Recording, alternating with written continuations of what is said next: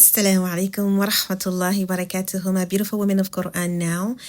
This is another video, but this is actually not a planned video. This is a video that's interrupting the series that I had for you because I've been reflecting a lot about death.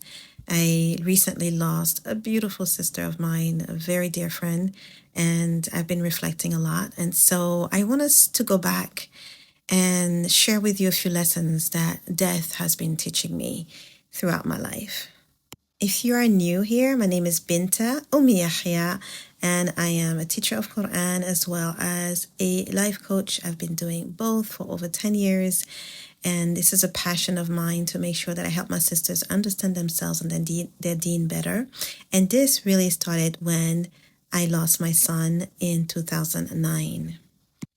He came into my life and transformed it. And so when I became pregnant with him, and then when I delivered and he, lasted a few hours, my life changed because he died in my arms.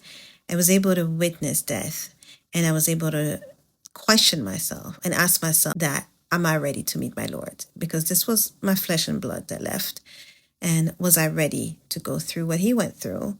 And the answer was scary to me. I was not ready. This was an alarm. This was a wake-up call. This was like, okay, are you going to snooze? Are you going to stop and open your eyes and look at yourself deeply, your ibadah, your knowledge, look at how you are right now, and what are you going to do to make sure that you meet your Lord and meet your Lord in a better state of mind and heart? What are you going to do?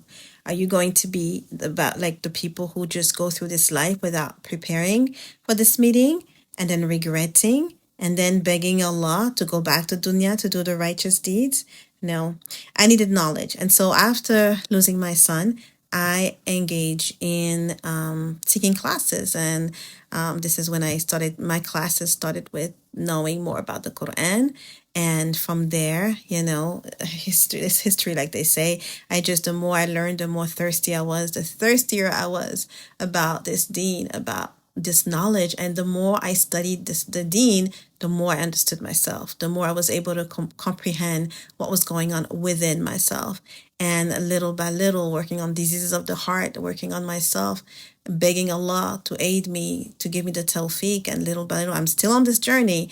But this was the lesson number one that the death of my son taught me, was to look at myself in detail, to put a magnifying glass on my own life and say, are you ready to meet your Lord the way you are? So it's your turn. I'm hoping that this vlog is a wake up call for you as well, my dear beautiful women of Quran. And ask yourself that question right now. Take a snapshot of your life right now. Are you ready to meet your Lord? Mashallah, recently, like I said, a few days ago, I lost a very, very beautiful sister of mine. Her name is Ruqayya Amos. And subhanAllah, when I saw this post of Dr. Hefa about the best woman is not the woman who lives for her children, her husband, her career, her beauty, or her house. There's a woman whose focus in life is Al-Wahid, the only one. That was Ruqayya. To the best of our knowledge, that is how we saw her. That is what she showed us. And we believed that was her true self. And so when we traveled to be part of her funeral rites, when we went to make sure that we were there for her, fulfilling her last wishes, where we were there to pray on her body, the lesson that I took from that was, subhanallah, Allah, I'm not so much worried about her. Yes, I'm making dua for her. I'm not so much worried about her because of what I've seen in life and in death. But I'm worried about myself. I'm worried about, am I true to my life? Am I true to my promise of living this life for your sake and your sake alone? Fulfilling my purpose of creation, which is to worship you. Am I doing this through throughout my life? And so the second question I asked myself when I saw Ruqayya, I saw what people would say about her. I saw how she lived her life. And I saw her in death. I saw her beautiful, bright face. And I said to myself, Ya Rab, would I have this? Would I have this when you take my soul? Will I have this legacy? Would people say this about me? Would I have sisters that truly love me for your sake, that will be there for me, that will handle my body with so much love and care, that will make sure that my last wishes are fulfilled? Would I have loved ones that will make sure that I am buried upon Quran and Sunnah? Will I have a lot of people come to my janazah who don't even know me, just because they were touched by something that I did in my lifetime and how I benefited, this person, this community, this masjid, these sisters? Would I also have this? That was a question that I asked myself. And even if you're not in the work of da'wah and anything like that, you could ask yourself, well, but whatever job you're doing, whatever work you're doing, even if you are a stay-at-home mom, how are you impacting positively your family, the people in your surrounding, the people within, your area of control? That, like, how are you impacting them positively, so that when you go back to Allah, again, they will be saying these things about you? This is why we have to stay focused. This is why we need to be really, really laser focused on good deeds, on hasanat, on building as many hasanat as possible, on like have a variety of hasanat.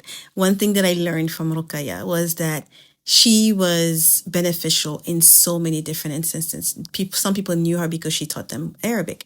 Some people knew her because she taught them the names of Allah. Some people knew her because she was the one dropping the sadaqah hand to hand. She would drive to this elderly woman, and she would bring the sadaqah. Instead of just transferring them the funds, she could have transferred the funds to her account, but she wanted to go in person, drive, spend her gas, spend her mileage, get that extra reward. And so she was beneficial to so many different people.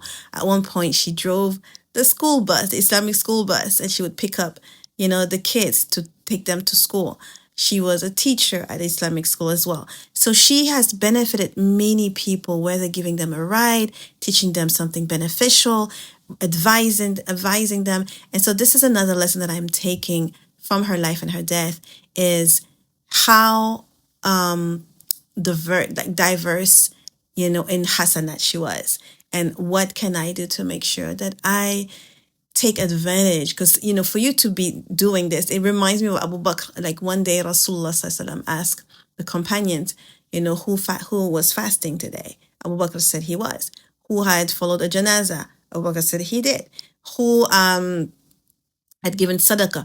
Abu Bakr said he did. There were a list of good deeds, different good deeds, and every question Abu Bakr answered that he did. And subhanallah, this is the goal. This is the goal. This is the ideal. This is what we strive towards. May Allah aid us, give us the tawfiq to not minimize good deeds, and because we don't know which one is going to be heavy. Like, just have your sincerity and make that extra mile, that extra effort. And also, subhanAllah, for that, we are going to need to stand out of our own way, because many times we get distracted, we get waswasa, we get focused on, basically, we personalize everything. We make it all about ourselves, and we are prevented from rising. So we will argue with people over petty things. We will hold grudges with people over petty things. But when you see someone that is no longer alive, then you realize all these petty arguments, and she said, and she thought, and she treated me this way. It's not even worth it. It is completely, how do I say, useless, worthless. It doesn't mean anything. And so I want to remember this. I want to remember Ruqayya's body. I want to remember my son's body. And I want to remember that when it's my time to go back to Allah, all of these things that I'm holding grudges, and I'm finding it, I'm making it such a big deal. It is nothing.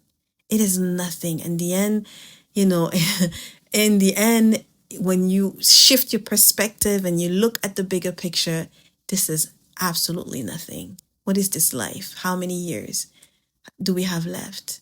Right? What is important is your akhirah. It is more lasting.